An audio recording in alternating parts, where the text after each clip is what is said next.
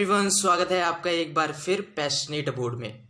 और आज हम बात करने वाले हैं क्लास 6 सिविक्स के चैप्टर नंबर 7 के बारे में, जिसका नाम है अर्बन एडमिनिस्ट्रेशन। अभी तक हमने रूरल एडमिनिस्ट्रेशन के बारे में जाना, अब हम बात करेंगे अर्बन एडमिनिस्ट्रेशन के बारे में। तो चलिए देखते हैं कि अर्बन एडमिनिस्ट्रेशन कैसा होता है। अब जो सिटी होती हैं विलेज के मुकाबले बहुत ज़्यादा बड़ी होती हैं और बहुत ज़्यादा क्राउडेड भी होती हैं। यहाँ पर बहुत सारी मार्केट, बसेस, कार, वाटर और इलेक्ट्रिसिटी फैसिलिटी की ज़रूरत पड़ती है। इतना ही नहीं, यहाँ पर ट्रैफिक कंट्रोल और हॉस्पिटल्स की भी ज़रूरत पड़ती है। क्या आपने कभी सोचा है कि इन सारी चीज़ों को चलाने के लिए कौन रिस्पॉन्सिबल होता है, डिसीजन कौन लेता है, इनकी प्लानिंग कौन करता है और इन सारी चीज़ों में कौन इन्वॉल्व होता है? तो आज के वीडियो लेसन में हम इन सारी चीज़ों के बारे में चर्चा करने वाले हैं। तो चलिए शुरुआत करते हैं अर्बन एडमिनिस्ट्रेशन। सबसे पहले हमेशा की तरह चैप्टर का ओवरव्यू कि इस चैप्टर में हम किन किन चीज़ों के बारे में चर्चा करने वाले हैं। तो हम बात करेंगे म्युनिसिपल कॉरपोरेशन की, म्युनिसिपल काउंसिल की, इनके काम की। साथ ही साथ जब ये इतना सारा काम करते हैं तो इतने सारे काम को करने के लिए इनके पास पैसा कहाँ से आता है। और इसके बाद हम जानेंगे कि म्युनिसिपल कॉरपोरेशन में अब और क्या चीज़ ऐड हुई है उसके कामों को के भार को कम करने के लिए और उसकी फंक्शनिंग को इम्प्रूव करने के लिए। तो चलिए शुरुआत करते हैं। सबसे पहले बात करेंगे म्युनिसिपल कॉरपोरेशन की। तो जो म्युनिसिपल कॉरपोरेशन है एक बड़ी ऑर्गेनाइजेशन है जो कि street light, garbage collection, water supply और स्ट्रीट और मार्केट को क्लीन रखने का जिम्मा लेती है। अब जो म्युनिसिपल कॉरपोरेशन होती है ये इस चीज के लिए भी रिस्पॉन्सिबल होती है कि उसकी सिटी में कोई भी बीमारी ना फैले। साथ ही साथ ये स्कूल, हॉस्पिटल, डिस्पेंसरीज को भी चलाती है। बिग सिटी में हम इसको म्युनिसिपल कॉरपोरेशन बोलते हैं, वहीं स्मॉल टाउन में हम इसको म्युनिसिपल काउंसिल बोलते हैं। अब जो म्युनिसिपल कॉरपोरेशन का जो हेड होता है उसे हम चेयरपर्सन बोलते हैं। म्युनिसिपल काउंसिल के हेड को हम मेयर बोलते हैं। म्युनिसिपल काउंसिल स्मॉल टाउन्स में होती है जिनकी पॉपुलेशन 25,000 से लेकर 1 लाख के बीच में होती है। वहीं म्युनिसिपल कॉरपोरेशन बड़ी सिटी में होती है जिनकी पॉपुलेशन 1 लाख से ऊपर होती है। अब सिटी और टाउन में क्या डिफरेंस है?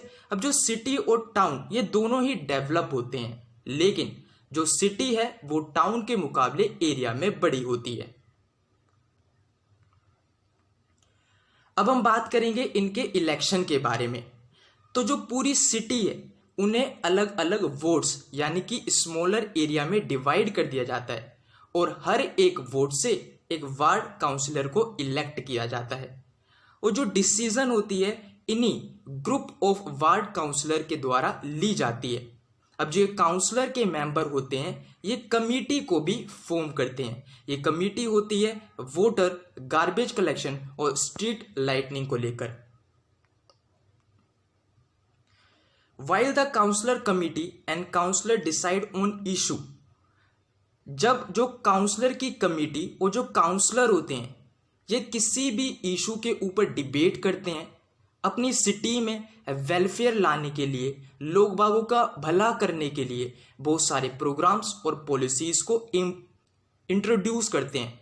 वहीं जो एडमिनिस्ट्रेटिव स्टाफ होते हैं इन सारी डिसीजन को इम्प्लीमेंट करते हैं। यानी कि जो काउंसलर की कमेटी और जो काउंसलर होते हैं ये किसी भी प्रोग्राम को इंट्रोड्यूस करते हैं और एडमिनिस्ट्रेटिव स्टाफ इन चीज को इंप्लीमेंट करते हैं। अब जो कमिश्नर और जो एडमिनिस्ट्रेटिव स्टाफ होते हैं ये अपॉइंटेड होते हैं, वहीं जो काउंसलर होते हैं ये हमारे द्वारा इलेक्टेड होते हैं। तो अब ये जो डिसीजन होती हैं ये कैसे बनाई जाती हैं? तो जो वार्ड काउंसलर होते हैं ये बजट को भी बनाते हैं और डिसाइड करते हैं कि ये बजट किन किन चीज़ों पर खर्च किया जाएगा। अब जो वार्ड काउंसलर है जब पूरी काउंसिल की मीटिंग बुलाई जाती है तो वार्ड काउंसलर अपने अपने वार्ड की प्रॉब्लम को पूरी काउंसिल के सामने रखते हैं, जिसके चलते उस काउंसिल में इन सारे इशू पर डिस्कशन होती है, डिबेट होती है, प्रोग्राम को इंट्रोड्यूस किया जाता है, पॉलिसीज़ को इंट्रोड्यूस किया जाता है हर वार्ड की प्रॉब्लम को सॉल्व करने के लिए, और इन सारी डिसीजन को इम्प्लीमेंट करने का जिम्मा उठाया है एडमिनिस्ट्रेटिव स्टाफ ने। अब जब इतना सारा काम करती है तो अब पैसा भी चाहिए सारी चीज़ों को इम्प्लीमेंट करने के लिए। तो ये पैसा कहाँ से आता है? सबसे जो इम्पोर्टेंट सोर्स है पैसे का वो है टैक्स। अब टैक्स क्या है? अब टैक्स एक ऐसा मनी का सोर्स है जो कि हम गवर्नमेंट को देते हैं, जो गवर्नमेंट हमें सर्विस प्रोवाइड करती है उसके बदले में। अब जो गवर्नमेंट है हमारे ऊपर प्रॉपर्टी टैक्स, जो हम पानी इस्तेमाल करते हैं उसके ऊपर भी टैक्स लगा सकती है, या फिर वो जो दूसरी सर्विस हमें प्रोवाइड करवाती है उसके ऊपर भी हमें वो टैक्स लगा सकती है। जिनके पास लार्जर प्रॉपर्टी होती है, बड़े बड़े हाउस होते हैं, बड़े बड़े एग्रीकल्चर लैंड होते हैं, उनके ऊपर ज़्यादा टैक्स लगाया जाता है। अब जो म्युनिसिपल कॉरपोरेशन है अपनी 25 से 30% जो टैक्स है, जो रेवेन्यू सोर्स है, ये प्रॉपर्टी टैक्स से ही डिराइव करती है। इसके अलावा एजुकेशन और दूसरी फैसिलिटीज जो कि हमें गवर्नमेंट प्रोवाइड करती है उसके ऊपर भी टैक्स लगाया जाता है।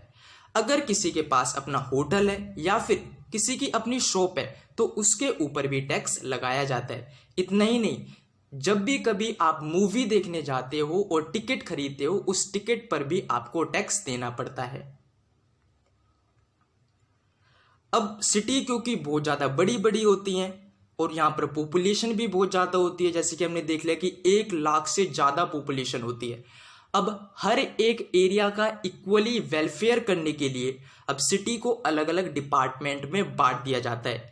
जैसे कि वाटर का डिपार्टमेंट अलग है, गार्बेज कलेक्शन का डिपार्टमेंट अलग है, जिसके चलते सैनिटेशन और वाटर की फैसिलिटी हर किसी को पर्याप्त राशि में मिलती रहे।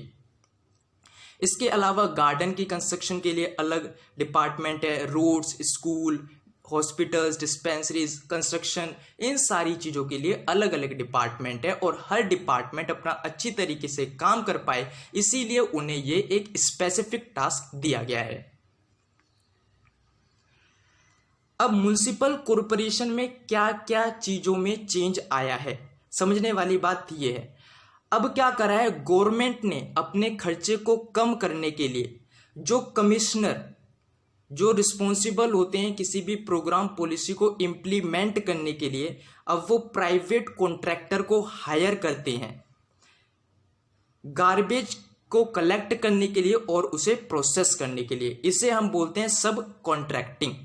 सब कॉन्ट्रैक्टिंग का मतलब होता है जो काम पहले गवर्नमेंट के वर्कर कर रहे थे अब वही काम प्राइवेट कंपनी करेंगी। अब इसके अंतर्गत जो लेबर काम करते हैं उन्हें कम पैसे दिए जाते हैं और उनकी जॉब भी टेम्परेरी होती है। और गार्बेज को कलेक्ट करना कोई आसान बात नहीं है, इसमें भी बहुत ज़्यादा खतरा उठाना पड़ता है।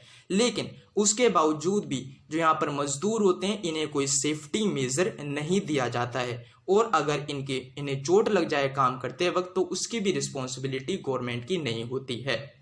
तो फ्रेंड्स, इस प्रकार से हमारा ये अर्बन एडमिनिस्ट्रेशन वाला चैप्टर भी कंप्लीट होता है। अगर आपको ये वीडियो लेसन पसंद आया हो तो प्लीज़ इस चैनल को सब्सक्राइब कीजिए, जिसके चलते आपको सारी वीडियो रिलेटेड अपडेट इस यूट्यूब चैनल पर मिलती रहेगी। अब हम मिलेंगे अगले चैप्टर में। Till then take care and bye bye.